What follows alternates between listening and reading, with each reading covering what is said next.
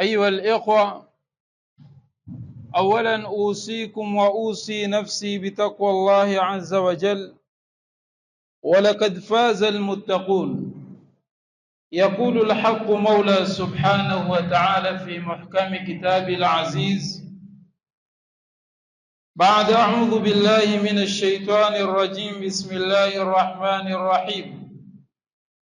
يا أيها الذين آمنوا اعبدوا ربكم حتى يأتيك اليقين. صدق الله العلي العظيم. Ndugu Waislamu,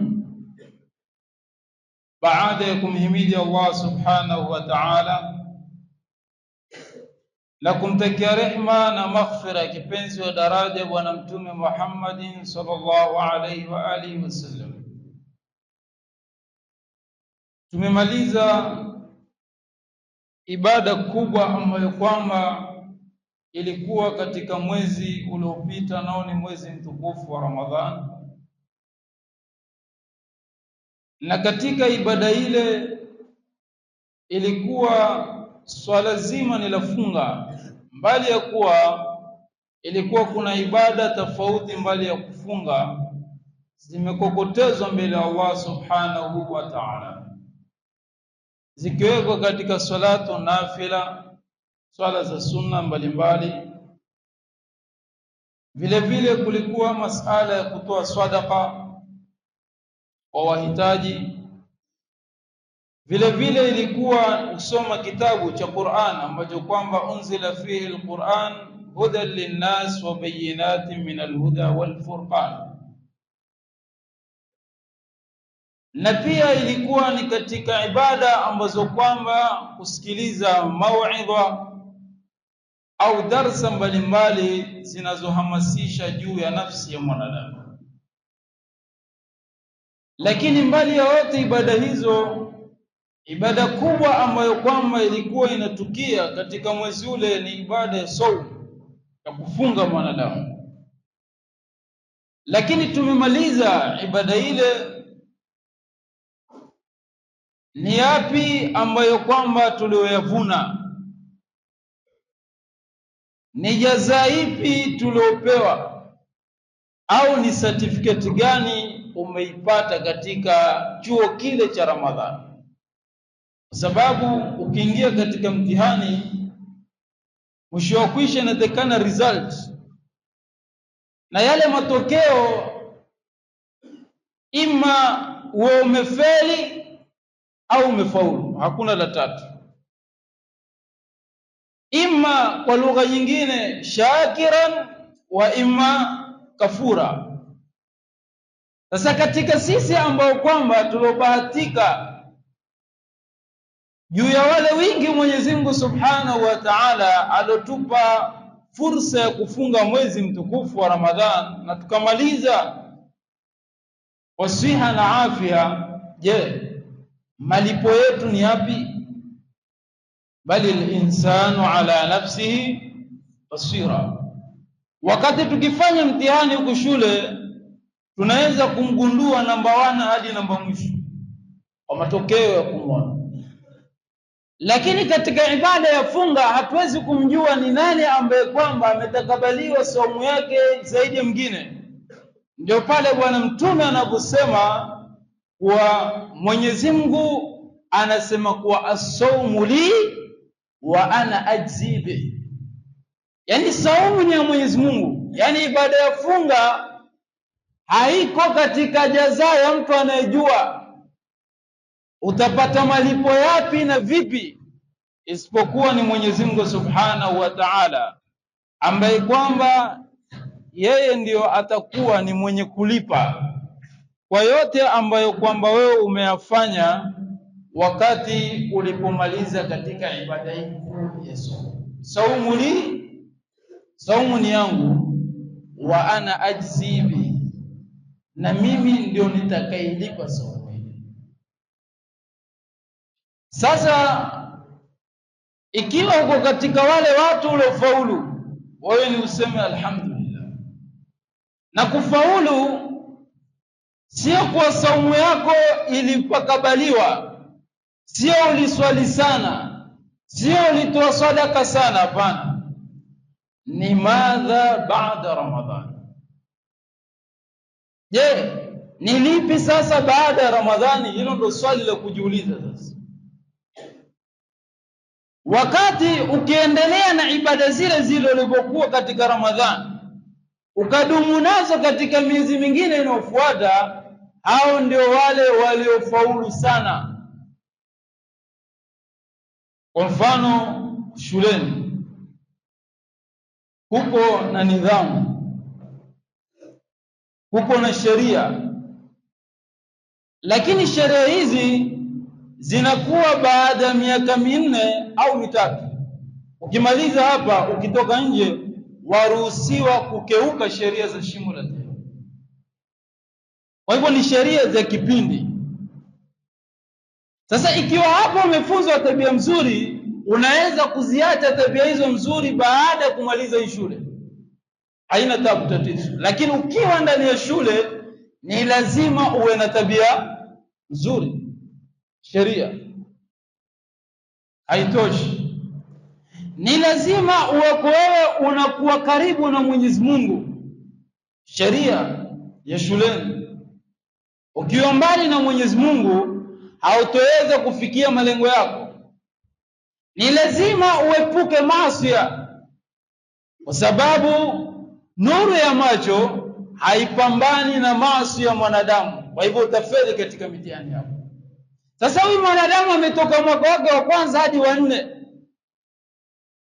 au grade 10 mpaka 12, amemaliza kabisa, alafu ametoka hapa akiwa anarauka swala zote kamili anaswali. Huyu tutasema amefuata sheria za shule, hatuseme amefaulu. Lakini ambaye kwamba amefaulu zaidi ni yule ambaye kwamba anaendelea na kazi ile hata baada ya kumaliza shule.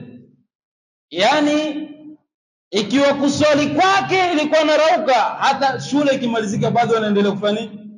Swali. Wakati yeye ilikuwa na tabia mzuri akiwa shule, hata akimaliza shule bado anaendelea na tabia.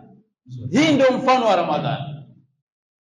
Ukiwa pale Ramadhani hairuhusiwi, umenelewa, kufanya maovu ukaepuka. Wewe umefuata sheria kukubaliwa nini? Saumu.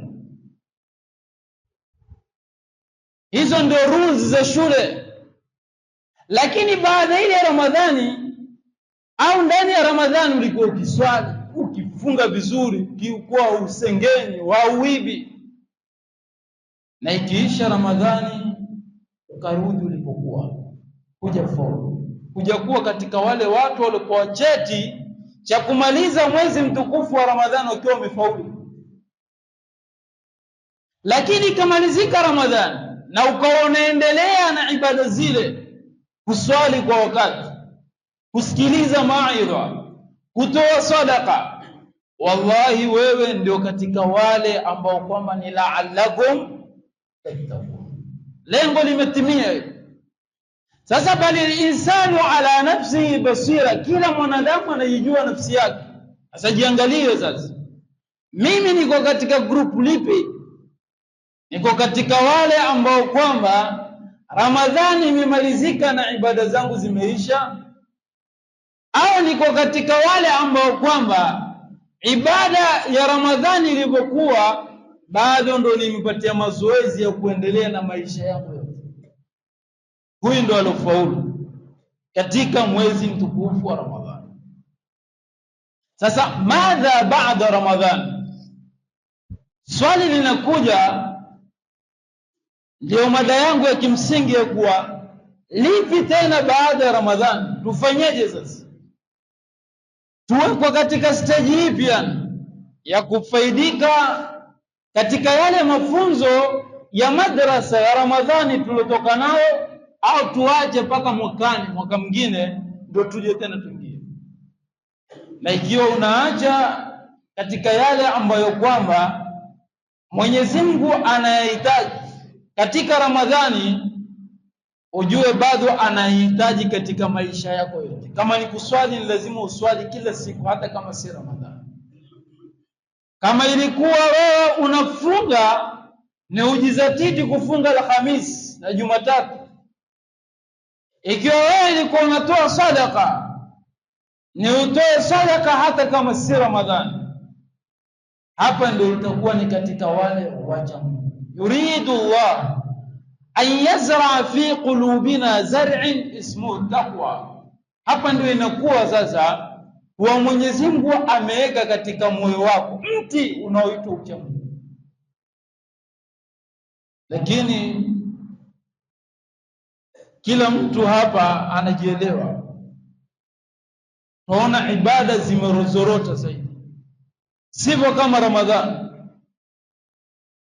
Muamala bainana, kati yetu kuamiliana, sivyo kama Ramadhani, kiasi ya kwamba mtu akikuchokoza katika siku ya Ramadhani unasema ana swaim, bwana mimi nimefunga. Ukiwa unaanza kusengenya kwenye bezi, bwana jamaa mnakula nyama maiti, mmefunga nyumba kizuizi. So ikiwa unataka kuiba, ndio hao watu ambao kwamba walioanza kuiba baada ya Ramadhani, hao walikuwa katika kifungo, hawa walikuwa katika kifungo, walikuwa katika siji, walikuwa jela. Sasa wametolewa jela, sasa wanajaribu kutawala. Vipi tutakuwa ni wenye kurudisha kwa ule mwezi mzima ambao kwamba tulikuwa katika kifungo? Ndio Iblis la'natullahi alayhi, naye uko namna hiyo. Wakati Ramadhani amefungwa hayuko, lakini baada ya Ramadhani, hapa ndio utaona watu wengi wanakuja kwa hamu, kwa sababu Iblis amekuja na nguvu mpya. Yani alikuwa likizo, sasa amerudi kwa nguvu zingine ambazo kwamba wewe mwanadamu wastahili uweko nao katika nguvu hizo, ili upate kumshinda sheitani ambaye kwamba yuko nayo. Sasa ni mambo gani ambayo kwamba yastahili tukumu nayo hata ikiwa ni baada ya Ramadhani? Moja, hafidhu ala salatu ba'da Ramadhani. Ni lazima tuhifadhi swala kabla au baada ya mwezi mtukufu wa nini? Wa Ramadhani. Swala isikupite bado. Kuja na ile pesa ambayo kwamba ulianza katika Ramadhani moja, endelea nayo. Hiyo itakupatia baraka katika mambo yako, kwa sababu Mtume anasema khairul a'mal audamuha, amali njema ni ile ya kudumu, sio kukatakata. Ikiwa wewe unafunga Alhamisi na Jumatatu, ni uendelee nao, idumuishe nayo siku hizi ufungi, hizi wafunga, kudumu nao ni muhimu. Kwa hivyo swala, ndugu zanguni, yastahili tuendelee kudumu nazo hata tukiwa majumbani, kwa sababu as-salatu miftahu kullu khair. Swala ndio ufunguo wa kila jambo unaloliona ni bora. Wataka kufaulu, ni lazima swala. Wataka kuwa na timing nzuri za maisha, lazima waamiliane na swala, kwa sababu swala ndio communication baina ya Khaliq wal makhluq. Hiyo ndio wasila, mawasiliano kati ya muumba na muumbwa ni swala. Kio katika swala ndio umekuwa wewe unaongea na Allah subhanahu wa ta'ala. Sasa swala zetu zifanye, zidumishwe kama vile Ramadhani ilivyokuwa, kiasi ya kwamba adhana ikiita na baada hujaingia msikitini wasikia dhiki, sababu mimi nimefunga. Kisha vipi nisende msikitini? Vipi nisipate safu ya kwanza? Yani zote hizo unajiwekea vikwazo ya nafsi yako, wakati sheitani hayuko na wewe. Sasa sheitani sahihi yuko na vipi utamshinda sheitani na kurudi kama ulivyokuwa? Pili, la tatruku alqira'atu alquran. Tapata watu wengi Ramadhani hapo, kila mmoja misahafu ile, wallahi lau ingelikuwa inaongea hii misahafu, ingelikuwa sahihi inalia. Sahihi hii misahafu ingelikuwa inalia, Kwa sababu alfajiri ya leo watu wote walikuwa wamelala, baadhi sana 2 watatu walikuwa wanasoma Qur'an kabla Ramadhani au fi Ramadhani. Ilikuwaje? Misafu haitoshi, kila mmoja kipembe kile kwa upande ule, mwingine amesimama hata na shafeni kwa anasoma Qur'an Ramadhani. Lakini baada ya Ramadhani kila mtu amebreak sasa, ameona kwa sasa tupumzike. Hautaki kuendelea na spidi ile ile kwa ukisoma Qur'an lailan wa nahara, usiku na mchana ukisoma Qur'an. Sasa hii yatulazimu tuendelee kusoma Qur'an, kwa sababu Qur'ani ndiyo mfumo na syllabus maalum ya mwanadamu kufaulu katika maisha yake. Ndio yule kijana ambaye kwamba alialikwa katika sehemu za wafalme, kaalikwa kijana mcha Mungu salihin, kaalikwa kwa wafalme ili apate kula kila mfalme. Siku ya leo kwa mfalme huyu, siku nyingine kwa mfalme, hiyo inazunguka. Alipoanza katika mfalme wa kwanza, alipoingia pale kukaribishwa, kekiwa mapochopocho katika meza pale, yule kijana akapatiwa nafasi asione haya, wakaondoka mke na mume wakaingia chumbani kwao.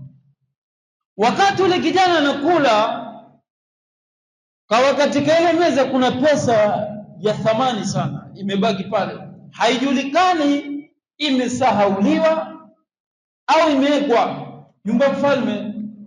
Sasa yule kijana hakuweza kuwasumbua huko ndani, labda huko na ibada zao, akaamua kuchukua zile pesa, akazifungulia msahafu pale juu ya dirisha, akaziingiza zile pesa. Baada ya kuziingiza zile pesa, ikafika wakati wa kuaga anda zake, lakini bahati mbaya akasahau kuambia, pesa zenu nilizozipata nimeziweka katika ule msahafu. Akatoka hivyo, hakuchukua pesa maskini. Sasa jamaa anazitizama pesa haziko. Waacha umlani bwana, umemleta mcha Mungu yupi hapa baada ya kutia hasara ya chakula na amechukua pesa zetu? Yani balai fujo. Ule mume anasema hapana, kijana yule hawezekani. Akamwambia ni nani basi? Ni jini imekuja kuchukua hizo pesa na nimeziweka hapo. Hakika ni yeye. Bwana akasema huyu atarudi tena. Hii ni raundi inatembea kwa kila mfalme. Sasa imeanza kwangu, akimaliza ufalme wote atarudi tena huyu. Akirudi tena tutampata tu, tulia. Ikaendelea ile raundi, mara ikarudi sasa tena kwa mfalme wa kwanza. Akiingia tayari mama ameanza kuongea kwa sauti kali, wewe umealikwa katika hii sehemu lakini hukuthibitisha paka na kutuibia tena, na leo umekuja tena, sasa tuambie zile pesa zetu ziko wapi? Jamaa kaangalia kwenye lile dirisha, akaona ule msahafu namna alivyoweka, ndio vile vile akaanza kulia sana. Wakati analia, mwanamke yule anamwambia tena, baada ya kuiba unajifanya unalia. Subhanallah, yani mtihani ule mkubwa. Jamaa analia tena, kulia kilio cha dhati ya moyo wake. Mama anasema na baba naye pia amemwingilia, wewe yani unafanya unalia namna hii na umetuibia pesa zetu, tuambie zile pesa ulizipeleka wapi? Kaambia tafadhalini nipatieni ule msahafu. Tena tukupatie msahafu wape? Mcha Mungu sana. Wakachukua ule msahafu, akaambia fungueni huo msahafu. Msahafu kafunguliwa. Ulipokuwa unafungulia msahafu ule, zile pesa zikawa ziko vile vile pale ndani. Wale wakashangaa sana. Akamwambia, mimi silii kwa sababu ya kuwa hizo pesa zenu zimepotea, nalia kwa sababu nyinyi ni watu wa kubura Qur'ani, hamusomi Qur'ani nyinyi. Nilitumai kuwa pesa zenu mtaziona, wakati nimeziweka pale kwa Qur'ani, mtafungua Qur'ani mtaziona pesa zenu. Lakini imepita miaka kadhaa mpaka kurudi tena kwenu, kitabu kile cha Qur'ani hamujawahi kukifungua. Hii ndio kilio ambacho kwamba mimi nakilia kwa ajili hiyo. Hii ni Qur'ani. Hii ndio mfano ambao kwamba shelfu zetu zimejaa. Wakati Ramadhani ilikuwa hazitoshi sana, mingi yanatumika mpaka watu wanabakuriana, wangu ulikuwa ni huu, kila mtu ana alama yake. Lakini leo malasaf, alfajiri ya leo wallahi nimesikitika, kila mtu amelala. Hakuna hata mtu mmoja ambaye hata wanaosoma Qur'ani ni ile tu akasoma kisha alafu huyo akajilaza. Watu wamejilaza hapa kama papa, wote hapo wamejilaza. Mimi niko hapa mbele na watizama, na nikaenda hivyo kusudi kukaa leo mpaka saa 12 wakainushana wote. Haya tena kwa hivyo wote jamaa wakainuka. Hasara. Ramadhan imekuwa kwetu sisi ni ada, sio ibada. Hatari sana. Kwa hivyo kudumisha Qur'an katika miezi mingine inastahili, hata ikiwa siku za Ramadhani. 3, ihdharu ar-ruju' ila al-ma'siyah, tahadhari kurudi katika maasi. Kio umetubia, haki ya kutubia kwa mimi sisemi uongo, ni usirudie. Mimi siibi tena, ni usiibe ndugu yangu, usirudi tena. Mimi sitofanya tena muamala mbaya, ni usifanye huo muamala. Wa ila itakupatia changamoto mbaya katika maisha yako ya baadaye, sababu unarudi tena katika maasi. Wakati imani yako yazidu bitaa wa yankusu bil ma'siyah, imani hizi ambazo tuko nazo zinazidi kwa kumwasi, zinazidi kwa kumtii Mwenyezi Mungu, na vile vile zinarudi chini kwa kumwasi Allah subhanahu wa ta'ala. Mwisho ni isti'mal wasail at-tawasul fima yarda Allah. Wakati tukirudi majumbani, kila mtu ako na simu, ni lazima tujue namna ya kutumia simu zetu wakati tunamridhisha Allah subhanahu wa ta'ala. Inawezekana wewe unachukua simu, kila ukitukia simu wewe unaandikiwa dhambi. Yani kuna watu wako hiyo staili. Yani simu ni wasila, usaidizi ya kusaidia kuwasiliana na mtu mwingine, lakini namna unavyoichukua simu, yani ndio atid anayeandika madhambi yako kwa mkono wa kushoto, ni wakati umechukua simu ndio andikiwe. Ukiacha uandikiwe, kwa sababu simu ile ile ambayo kwamba ina manufaa na ile ile kuna hasara kwa mwanadamu. Kwa hivyo jua namna unavyotumia. Unachokitumia ni lazima kimridhisha Allah subhanahu wa ta'ala.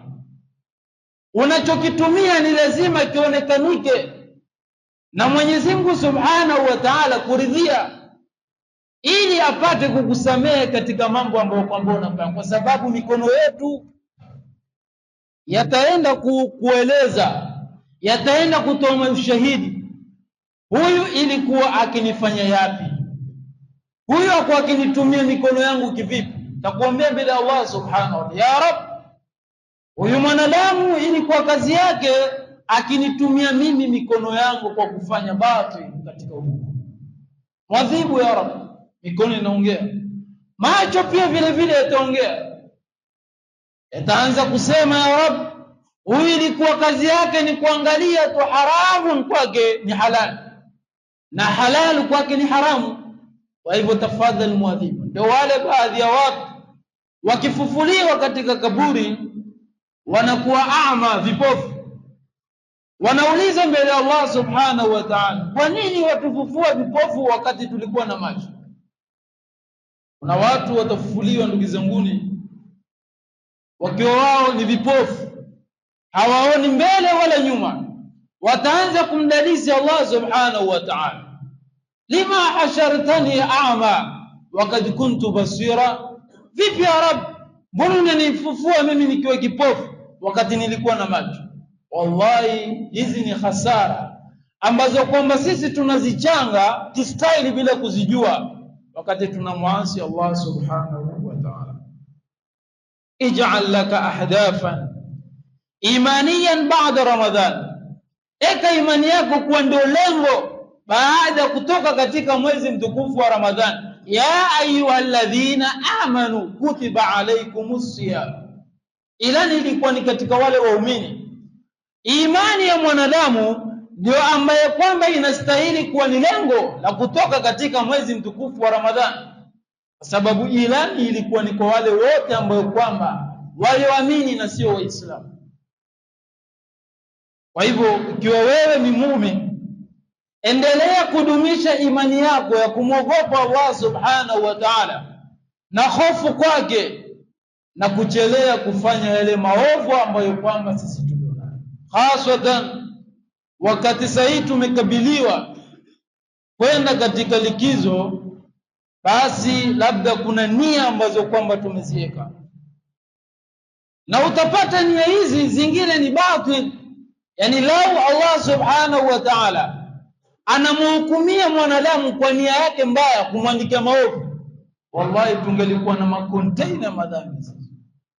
Yani sasa nanuia baada ya hii swala ya Ijumaa naenda kuiba viatu, si umenuia, hauwezi kuandikiwa dhambi ni mpaka uibe.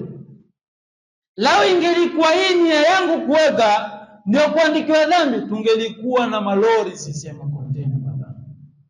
Lakini Allah subhanahu wa ta'ala anatuambia kuwa nia yako ya kufanya ovu si ovu ni mpaka ulifanya fiilia kivitendo, lakini nia yako ya kufanya jema hata kama hujafanya jema ni kama ulofanya jema.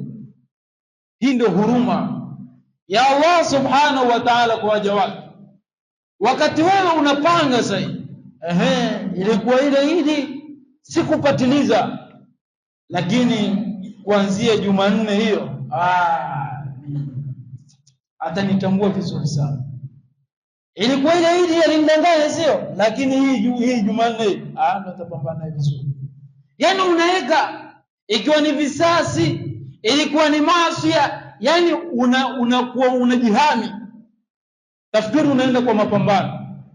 Ndio huyu mwanadamu wakati anaingia katika mapambano yale ya kuwa yeye anapigana na nafsi yake, ni lazima ajihutubia na kusema ya nafsi inna ramadhana qad wadaa, ramadhani imetuaga, faj'al at-taqwa laka muttabi'aha, ijalia ucha Mungu ndio mfuatilizo wako, ndio njia yako. Ramadhani imeenda, lakini ucha Mungu wangu uendelea kukuogopa Allah subhanahu wa ta'ala hata kama ni baada ya Ramadhani.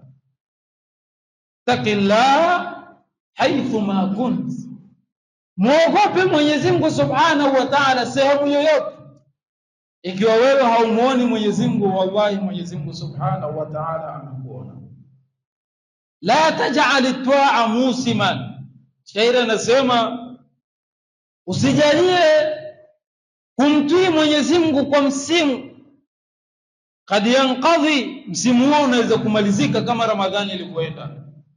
Bal ij'al hayataka ta'ata la tantahi, jalia maisha yako ya kumwogopa na kumtii Mwenyezi Mungu kwa sababu hayamaliziki, lakini Ramadhani imeisha. Ndio ule anasema man kana ya'budu Ramadhan fa inna Ramadhana qad intaha wa madat, yule ambaye kwamba ilikuwa akiabudu katika mwezi mtukufu wa Ramadhani ajue kuwa Ramadhani ndugu zangu imepotea na imeenda. Wa man kana ya'budu Allah, na yule ambaye kwamba ilikuwa anamwabudu Mwenyezi Mungu subhanahu wa ta'ala haki ya kumwabudu, fa inna Allah hayyun la yamut, basi Mwenyezi Mungu subhanahu wa ta'ala hafi na yuko hai. Mwenyezi Mungu subhanahu wa ta'ala atujalie tuwe ni wale ambao kwamba tunaathirika katika chuo tulotoka cha Ramadhani, na vile vile tuwe ni watu wenye kudumisha ibada ambazo kwamba tulizokuwa nazo wakati wa Ramadhani, na vile vile tujalie tuwe ni watu wenye mapambano ya nafsi zetu na sheitani juu ya kutenda maovu ambayo kwamba shetani anaja. Nasallallahu al-auna wa tawfiq bima yuhibbu wa yarda, innahu waliyyu tawfiq wa bihi nasta'in, walhamdulillahi rabbil alamin.